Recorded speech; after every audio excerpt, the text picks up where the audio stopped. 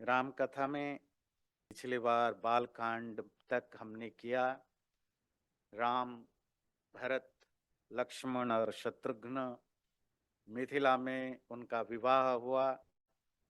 जनक की दोनों बेटी और उनके भाई कुशध्वज की दोनों बेटियां, सीता के साथ राम का, उर्मिला के साथ लक्ष्मण, मांडवी के साथ भरत और श्रुतकीर्ति के साथ शत्रुघ्न का विवाह हुआ। विवाह उत्सव के बाद सब धीरे धीरे लोग वापस जाने लगे। केकय देश, मतलब कैकेयी की जो मायका है, वहां के राजा का जो बेटा युद्धजीत, जो केकई के भाई हैं, भरत के मामा हैं, वो भी आए हुए थे मिथिला। तो उन्होंने रिक्वेस्ट की कि पिताजी बहुत दिनों से निमंत्रण भेज रहे हैं कि बच्चे बहुत दिनों से नाना के घर आए नहीं, तो मैं इन दोनों को इनको ले जाऊं साथ में, भरत को। तो दशरथ ने कहा ठीक है। तो भरत अपने साथ अपना छोटा भाई शत्रुघ्न को भी साथ ले गए। तो दोनों केकय देश गए युद्धजीत के साथ अपने नाना के घर। और इस तरफ राम, दशरथ, लक्ष्मण अपनी नई पत्नियों के साथ, सीता और उर्मिला के साथ अयोध्या में पहुंचे। सब जगह अयोध्या में खुशी है। धीरे धीरे समय बीतता गया, सालों साल बीतते गए, सब खुश हैं। चारों तरफ राम अब बड़े हो चुके हैं।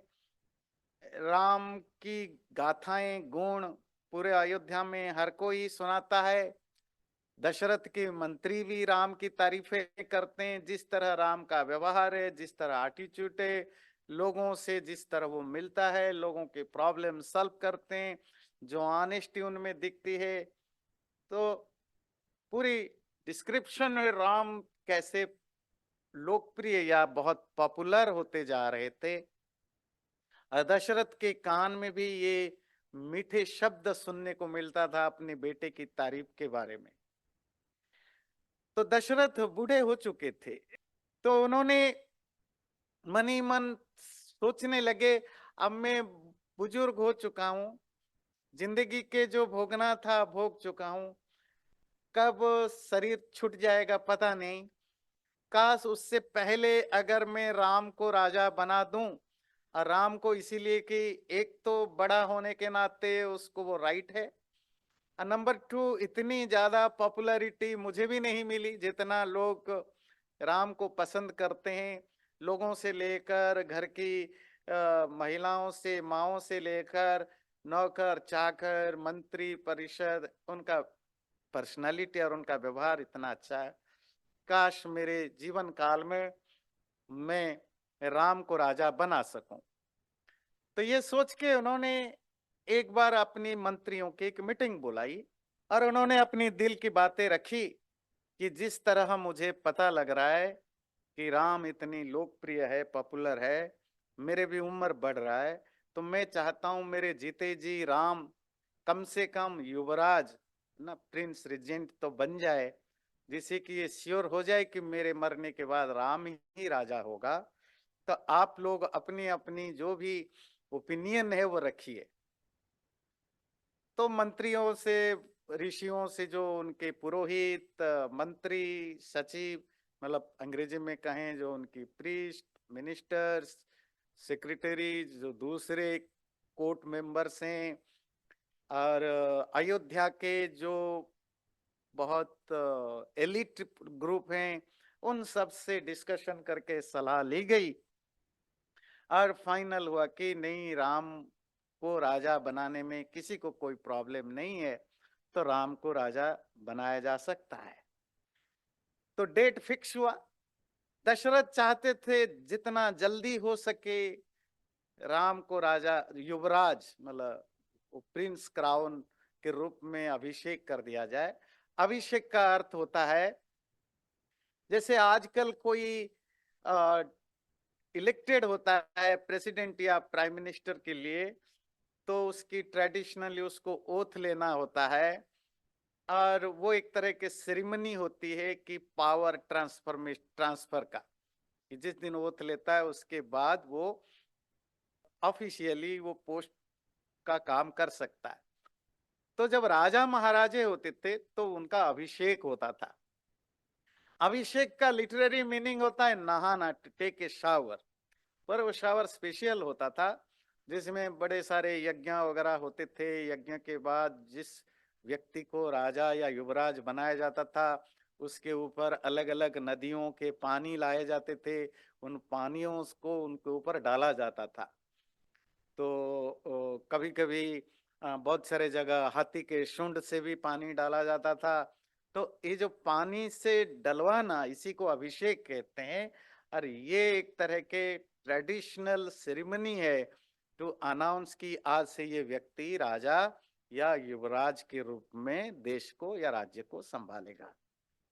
कि किस दिन होगा, तो दशरथ अनाउंस करते हैं, अहोस्मि परम प्रीतः प्रभावश्चातुलो मम यन्मे ज्येष्ठं प्रियं पुत्रं यौवराज्यस्थमेच्छत।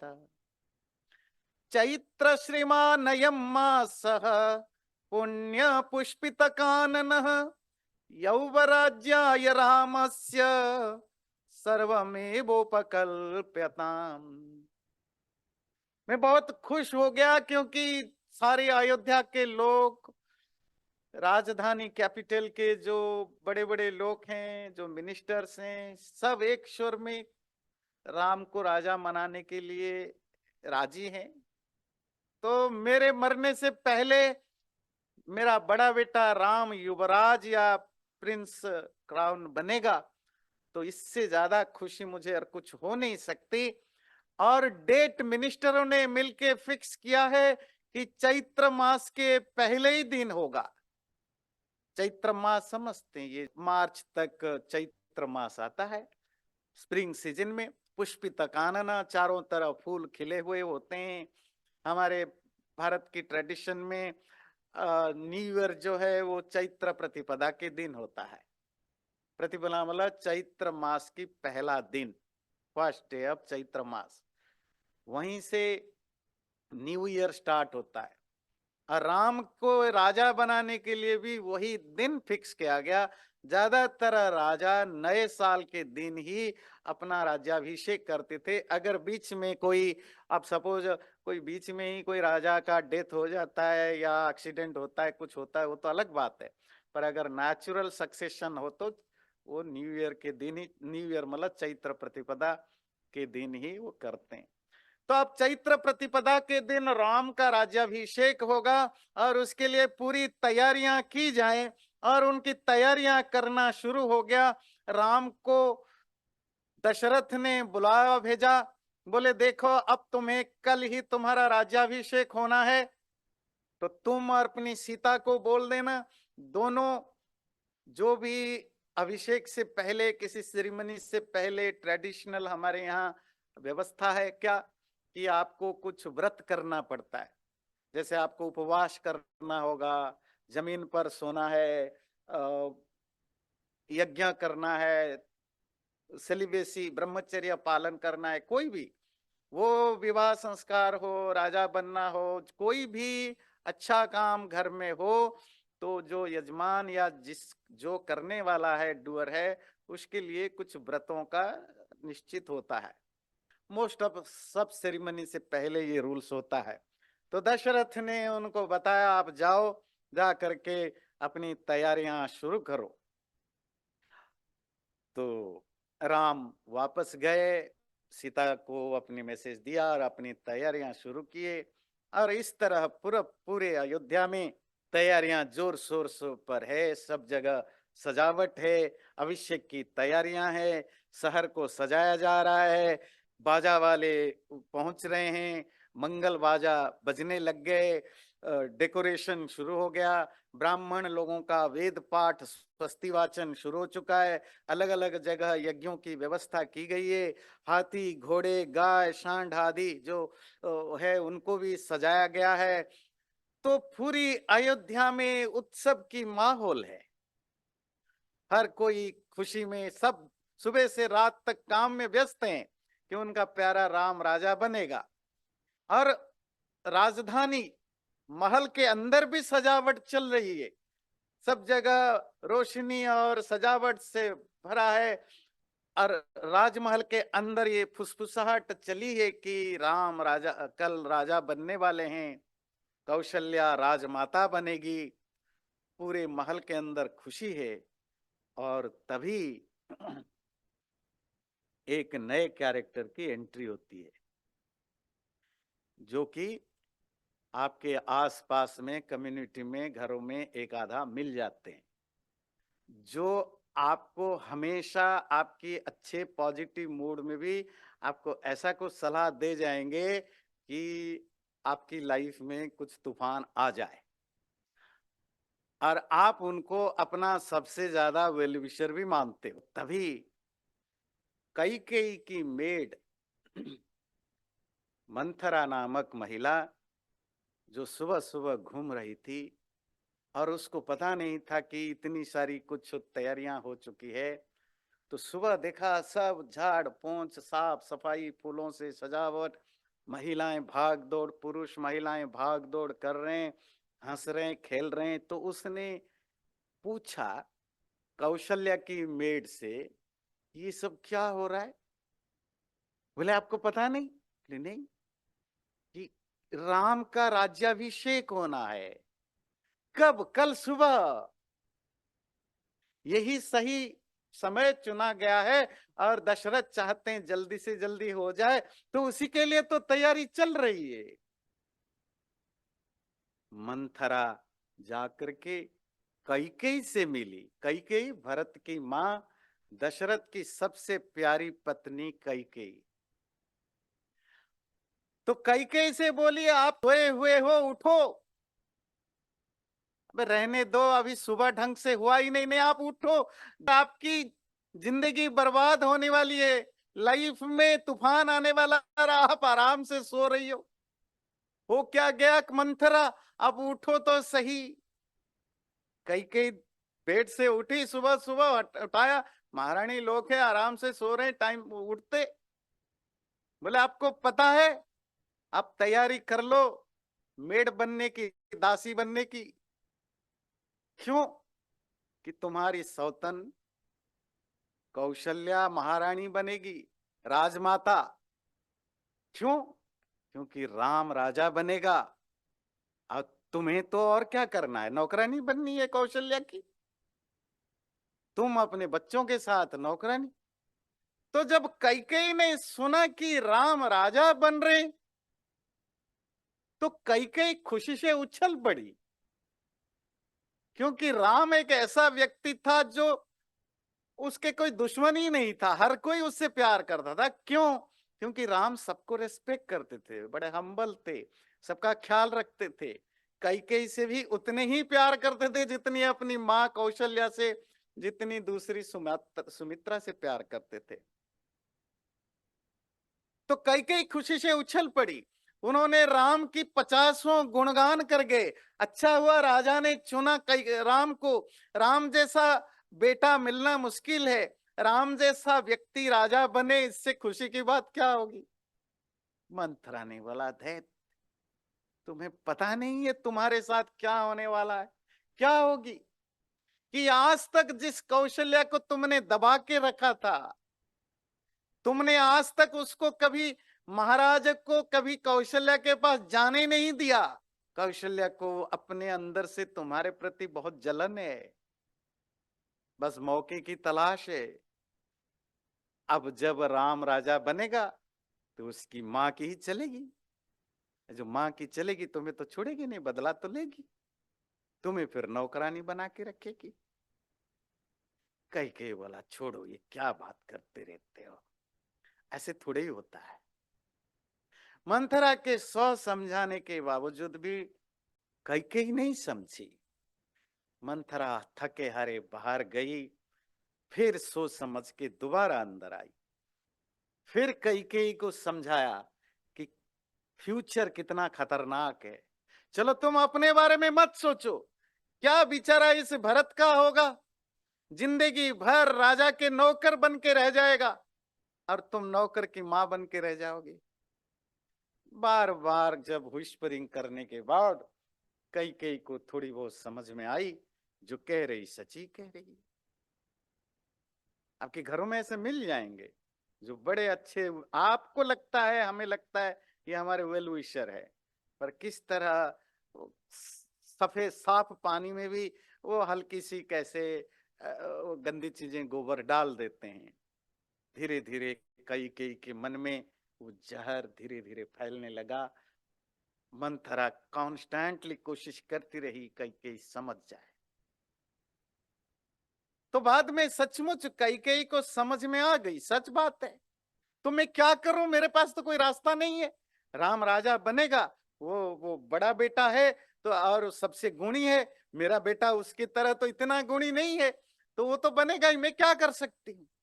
कर सकती हो, बहुत कुछ कर सकती हो। कैसे? मंथरा ने कैकेयी को याद दिलाया कि पता है, राजा ने तुम्हें 2 वर देने के लिए प्रॉमिस किया था। 2 वर, 2 बूंद। राजा ने कहा था तुम्हारी जो इच्छा मांगो मैं पूरा करूंगा। याद है तुम्हें? बोले नहीं। अच्छा, ये तुम्हें याद भी नहीं? चलो मैं तुम्हें स्टोरी सुनाती हूँ। मंथरा ने कैकेयी को स्टोरी सुनाई। जब तुम नई नई ब्याह कर आई थी, दशरथ की सबसे प्यारी पत्नी थी, अभी भी हो, पर तुम जवान थी। तो दशरथ को लड़ाई करने के लिए अचानक दंडकारण्य में एक तिमिर ध्वज नामक एक दुष्ट राक्षस था। तो उस राक्षस के साथ लड़ाई करने के लिए दशरथ को जाना पड़ा, तो साथ में तुम्हें भी ले गए थे। तो तुम रथ चला रही थी, कैकेयी बहुत वीर थी वैसे, अब तुम रथ चला रही थी और उस समय दशरथ मरते मरते बचे क्योंकि तुमने उनकी जान बचाई। और दूसरी बार उसी दंडकारण्य में शंबर नामक और दूसरा एक राक्षस था, जिसके साथ लड़ाई में राजा की, जब रथ पर बैठ करके लड़ाई कर रहे थे तो उनका जो व्हील है, पहिया है, वो टूट गया था। टूट तो नहीं गया था, उस व्हील के अंदर जो एक कील होता है वो कील निकल गया था, जिससे व्हील अगर बाहर निकल जाए, रथ गिर जाता, तो उस समय राक्षस तुम्हें उनको मार सकता था। तो कई कई फट से जम करके उस व्हील को पकड़े रखा, जिसे दशरथ जब तक लड़ाई करते रहे तो व्हील वो रथ से बाहर ना निकले। तो दशरथ अंदर से बहुत ग्रेटफुल थे। उन्होंने कहा तुमने 2 बार मेरी जान बचाई है, तुम जो मांगो मैं देने को तैयार हूं। 2 चीजें तुम्हारे लिए है, तो जो मांगो मैं देने को तैयार हूं। दोनों बार कैकेयी ने कहा था कुछ नहीं चाहिए, जब जरूरत पड़ेगी मांग लेंगे। जब प्यार होता है तो बदले में आप कुछ मांगते नहीं है, बस आपको अच्छा करना होता है तो आप करते हैं। आपको उसके बदले ना कोई अप्रिसिएशन, ना उसके बदले कुछ रिकॉग्नाइजेशन या गिफ्ट, कुछ नहीं चाहिए होता है। वो आपका अपना है, आप करते हो। पर दशरथ ने बोला ठीक है, अभी नहीं मांगना है मत मांगो, पर जब भी तुम्हारा मन करे कुछ मांगने को मांग लेना, मैं पक्का दूंगा। कैकेयी बोल चुकी थी। मंथरा ने याद दिला, याद आया, हाँ जी, अरे हाँ सच बात है। तो फिर मैं क्या करूं? कुछ नहीं, दशरथ बुढ़ा हो गया है,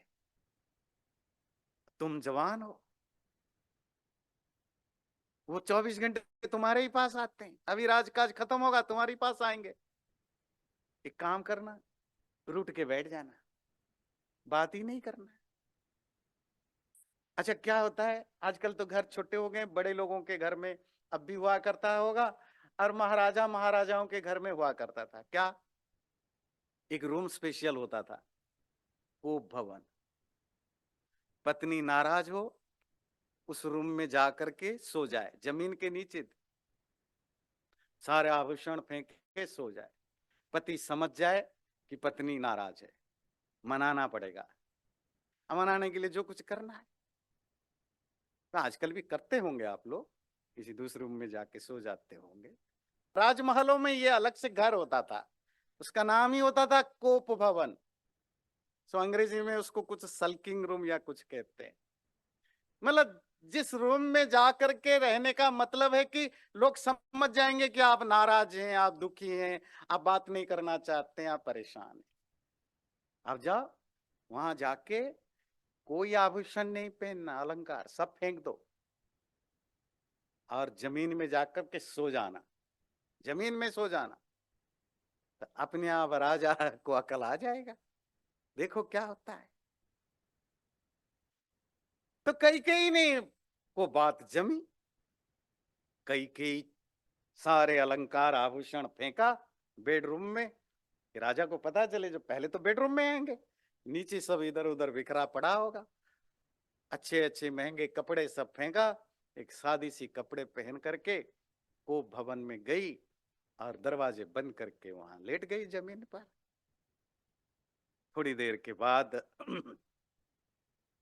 दशरथ जब सारी तैयारियां करके अपनी सबसे प्यारी रानी कैकेयी से मिलने आते हैं, ये समाचार देने के लिए, गुड न्यूज देने के लिए कि राम राजा बनने वाला है, ये खुशखबरी देने के लिए, तो जब बेडरूम में जाए तो देखा है ही नहीं।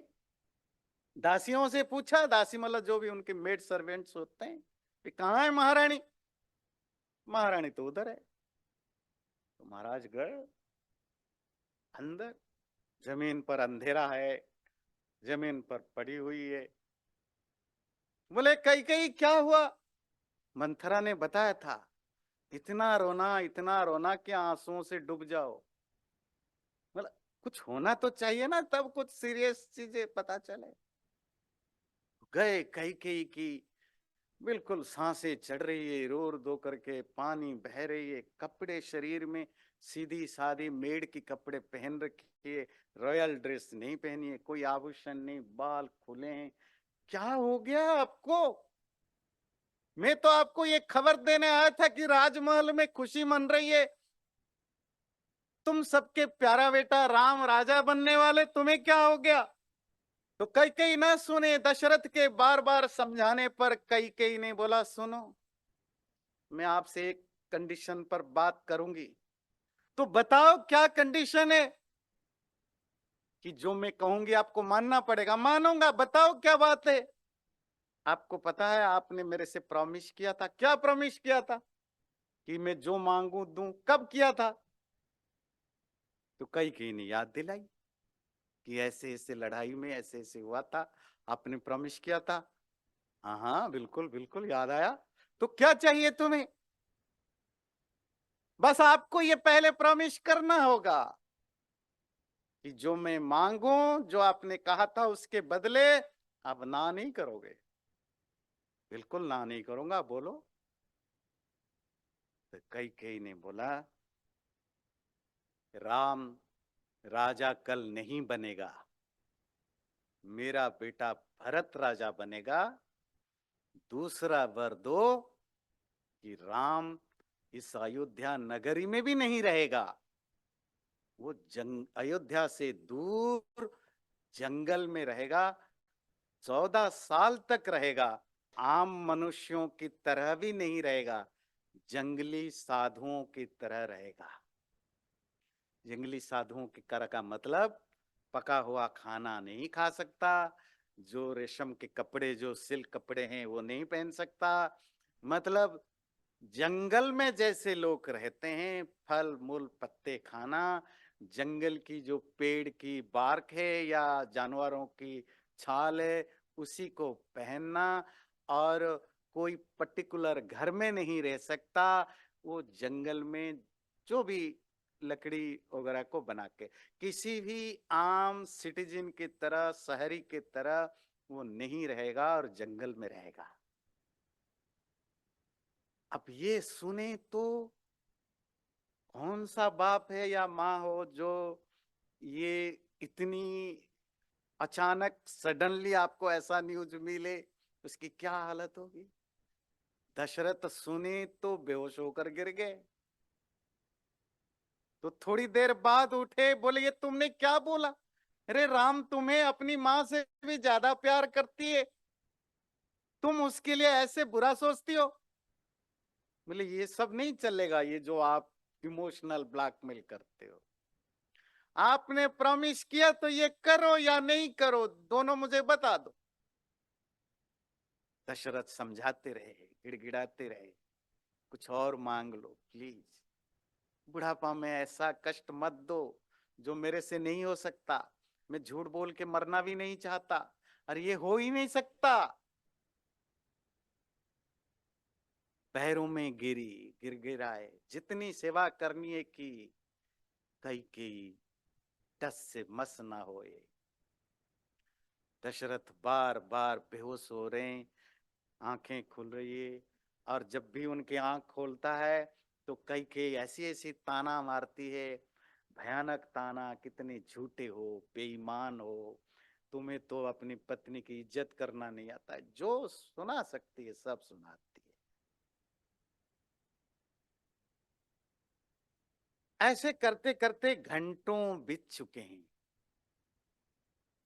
राजा का सबसे जो प्यारा मिनिस्टर है सुमंत्र, जो राजा के एक तरह के प्राइवेट सेक्रेटरी भी है, मिनिस्टर भी है, राजा को जब बाहर जाना होता है तो वो साथ जाते हैं, और जरूरत पड़ने पर रथ भी राजा की वही चलाते हैं, मतलब ड्राइवर चेरिएटर का भी वही काम करते हैं।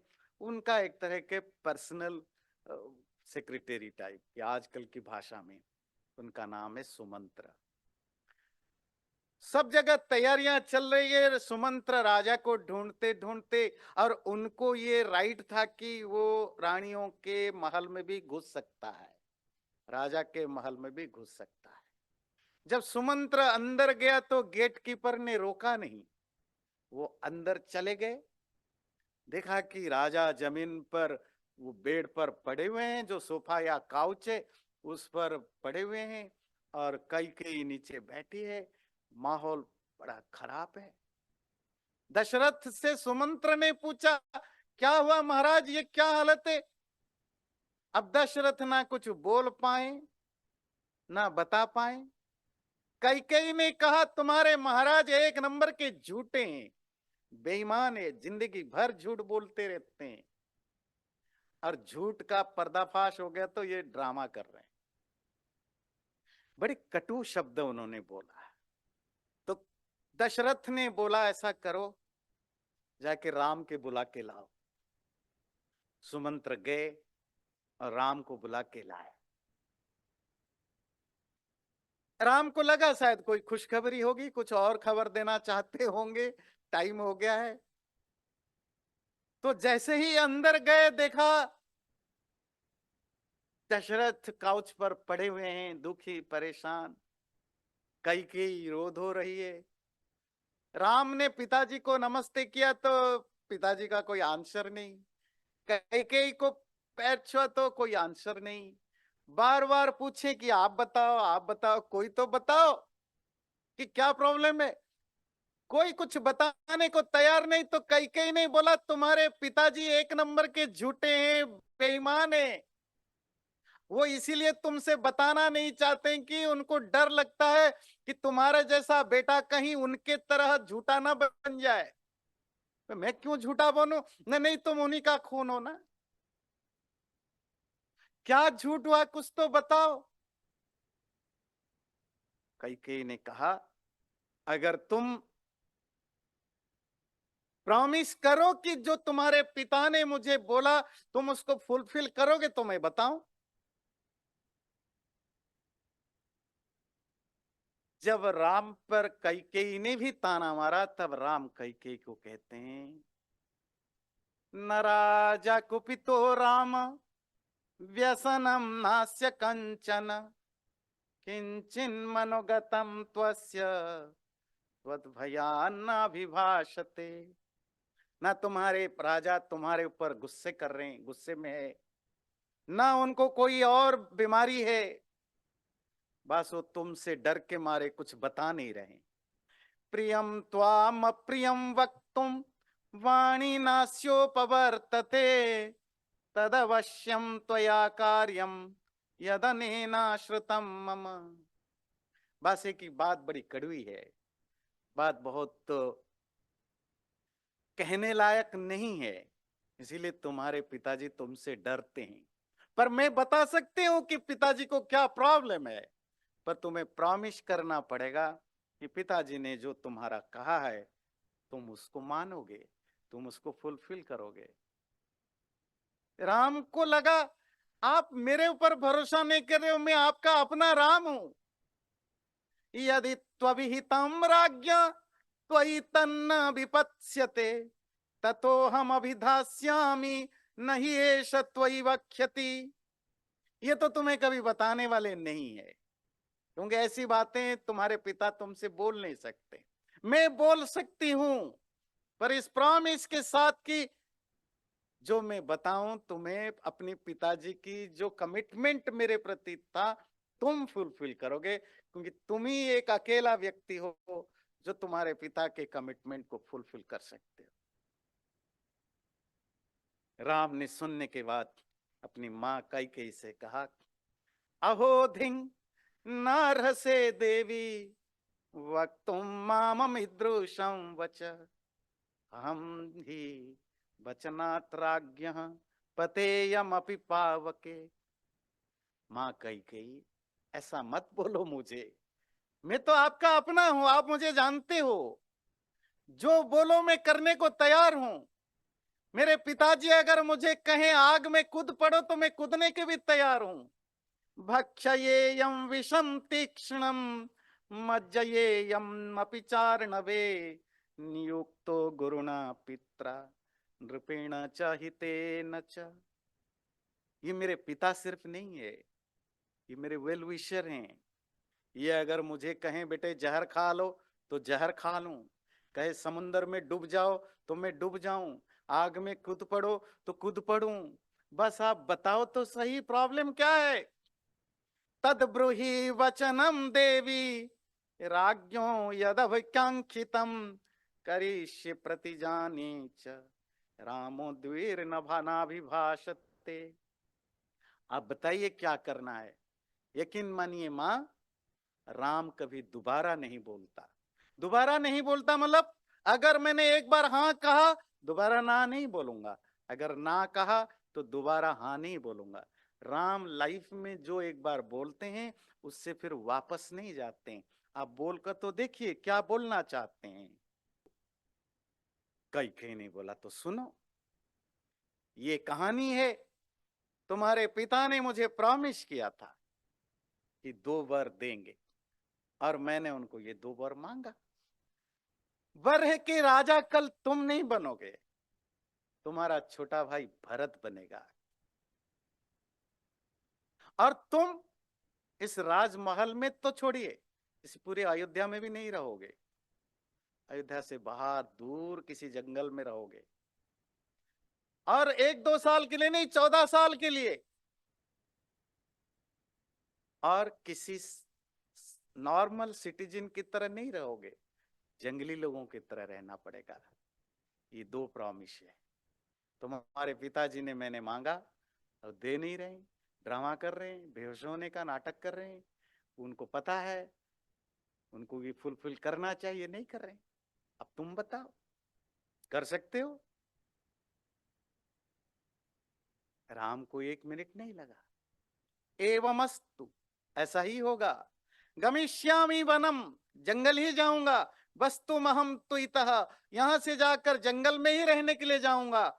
और जो आपने कहा जटाजी न धरो राज्ञा प्रतिज्ञा अनुपालयन, जो मेरे पिताजी ने आपसे कमिट किया था वही करूंगा।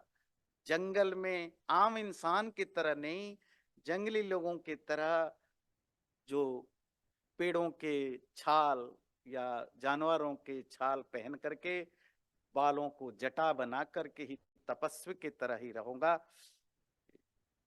बस इतनी सी बात है। तो राम बोल के बाहर आ गए और जा करके माँ कौशल्या से मिले। कौशल्या को लगा शायद खुशखबरी देने आया है। राम ने बोला, माँ कल राजा मैं नहीं भरत बनेगा, ये घटना है, मैं तो 14 साल के लिए जंगल जा रहा हूं। कौशल्या ने बोला, बेटे तुम्हें पता है पूरी जिंदगी मैंने इस घर में, इस महल में कभी सुख नहीं भोग पाया, क्योंकि तुम्हारे पापा ने मुझे कभी प्यार नहीं किया जब से कैकेयी आई है। अब तुम्हारी ये कैकेयी माँ हमेशा मुझे सौतन की तरह और दासी की तरह बिहेवियर किया। मेरे जिंदगी में बस यही सपना था कि मेरा बेटा राजा बनेगा तो मेरे दुख दूर होगा, वो भी तुम करने नहीं दे रहे हो। तो कौशल्या रोती है, बिलखती है। अब स्टोरी को संक्षेप करना है तो राम माँ को समझाते हैं, बुझाते हैं। कौशल्या कहती, मैं भी तुम्हारे साथ चलूंगी। नहीं, आप यहीं रुको, पिताजी की सेवा करो। मुझे पता है मेरे जाने के बाद पिताजी की हालत खराब होगी, कोई ना कोई हो जो उनकी ख्याल रखे, आप रुको। राम जाते हैं, अपने घर जाते हैं जहां उनका अपना महल है। सीता को समाचार देते हैं। सीता तो खुश है, खुश बैठी। सीता को अभी तक ये कुछ पता नहीं है, वो तो राज्याभिषेक के लिए तैयार बैठी है। राम सीता को ये खबर देते हैं कि हमें राज्याभिषेक के लिए नहीं, अभी और इसी मोमेंट हमें जंगल के लिए निकलना है, मुझे निकलना है। तो सीता कहते हैं, आप निकलो, तुम्हें भी साथ चलूंगी। नहीं नहीं, तुम क्यों जाओगे? अपने पिता के प्रॉमिस तो मुझे फुलफिल करना है, तुम्हारे लिए कोई आदेश नहीं है। और वो जंगल कोई पिकनिक के लिए नहीं जा रहे हो कि 2 दिन 3 दिन के लिए गए तो भाई आजकल जाते हैं ना पिकनिक के लिए और फॉरेस्ट में, ऐसा नहीं है, 14 साल रहना है। वैसे आप पूछेंगे ये 14 साल का क्या मामला है, क्यों 14 साल है, ये भी जानना जरूरी है। क्योंकि कैकेयी को मंथरा ने ये ज्ञान बताया था कि राम को अगर जंगल भेजते हो, 2 साल, 1 2 साल 5 साल भेजोगे, वापस आ जाएगा तो प्रजा तो सब राम के साथ देंगे। फिर सारी जो जनता है वो राम के साथ होंगी। फिर भरत को हटा करके राम को राजा बना देंगे। हमें चाहिए कि भरत जिंदगी भर राजा रहे। अगर लंबे समय के लिए वो जाएगा, 10 15 साल के लिए, तो जनता धीरे धीरे भूल जाएगी राम को। पीढ़ियां बदल जाती है, 10 15 साल में जनरेशन चेंज हो जाते हैं।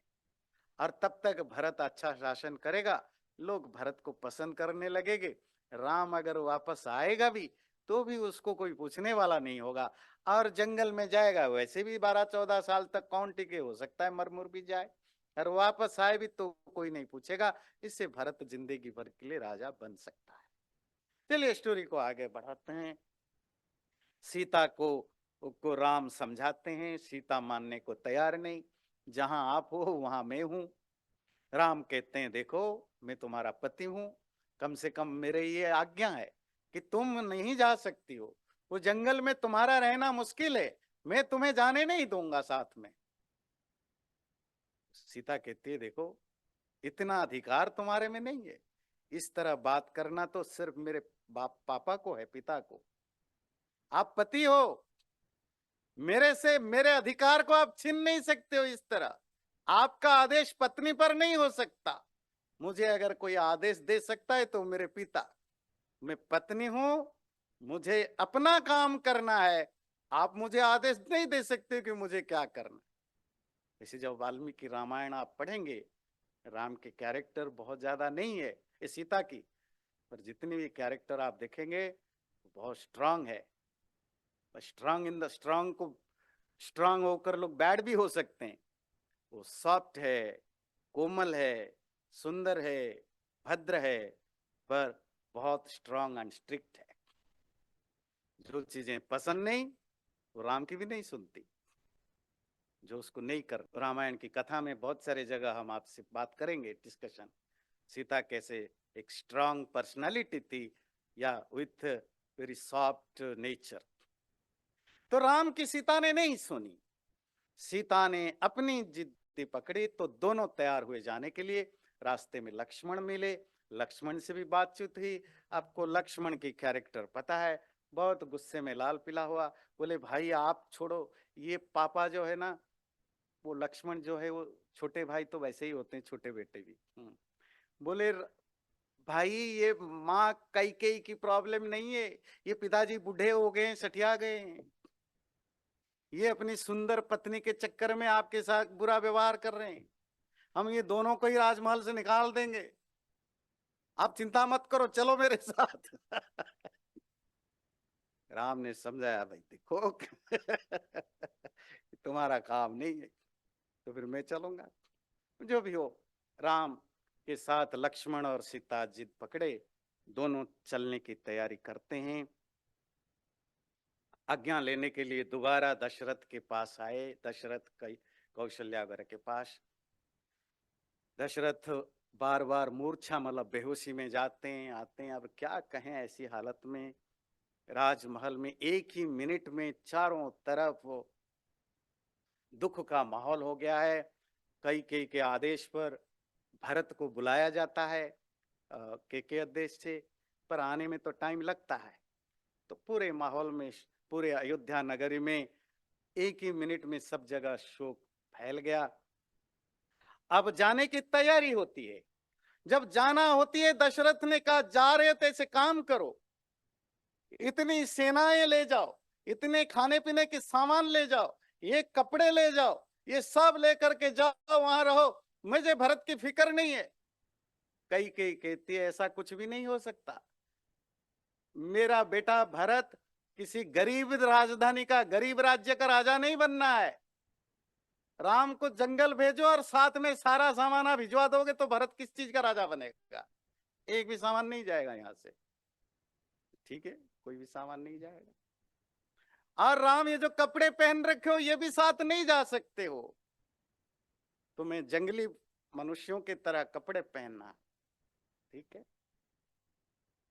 तो सीता को कौशल्या ने बहुत सारे आभूषण दिया, तुम तो घर की बहू हो, तुम थोड़ी ये सब पहनोगे, ये सब तुम लेकर के जाओ।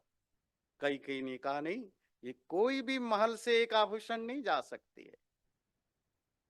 और कई के द्वारा मंगाया गया पेड़ों की छाल राम लक्ष्मण और सीता को दिया गया। राम लक्ष्मण ने तो पहना, सीता को पहनने में मुश्किल थी। कथम नु चीरम बध्नन्ति मुनयो वनवासिनः इति ही अकुशला सीता सा मुमोह मुहुर्मुहु।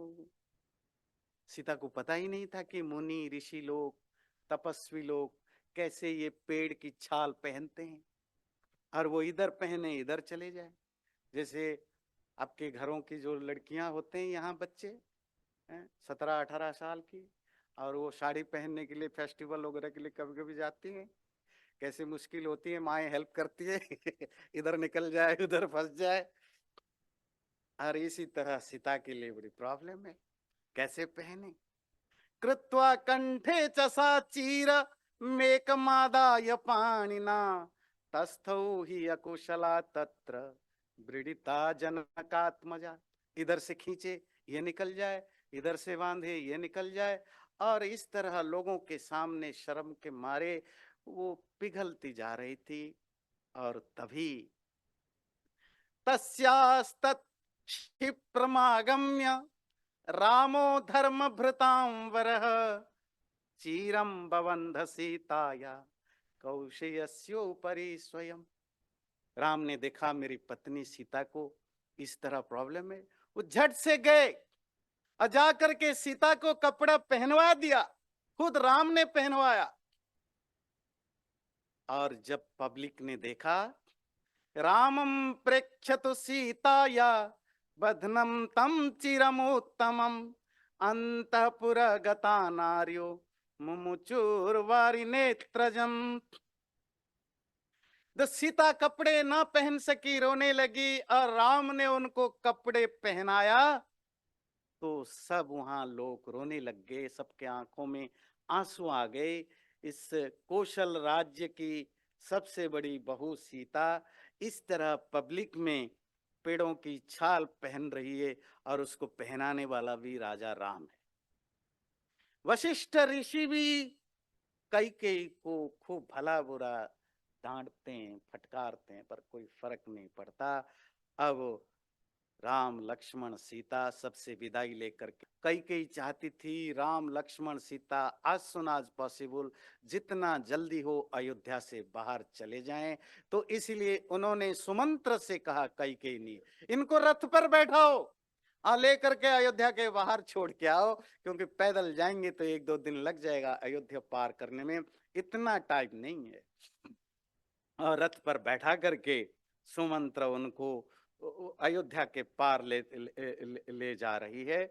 और तभी अयोध्या के लोग, पुरुष, स्त्री, राजमहल के काम करने वाले, राजा रानियां सब रथ के पीछे पीछे आगे पीछे दौड़ते हैं। कोई पहिया को खींचता है, कोई घोड़े को रोकने की कोशिश करता है, चारों तरफ से खींचते हैं। पर राम का आदेश है सुमंत्र को जितना जल्दी भगा सकते हो रथ को भगाओ, और हमें जितना जल्दी हो अयोध्या से पार पहुंचाना है। आगे जानेंगे। तो अब अयोध्या से जब राम बाहर जाते हैं आगे की क्या स्टोरी होती है। चैनल को सब्सक्राइब जरूर करें और वीडियो अच्छा लगे लाइक भी जरूर करें।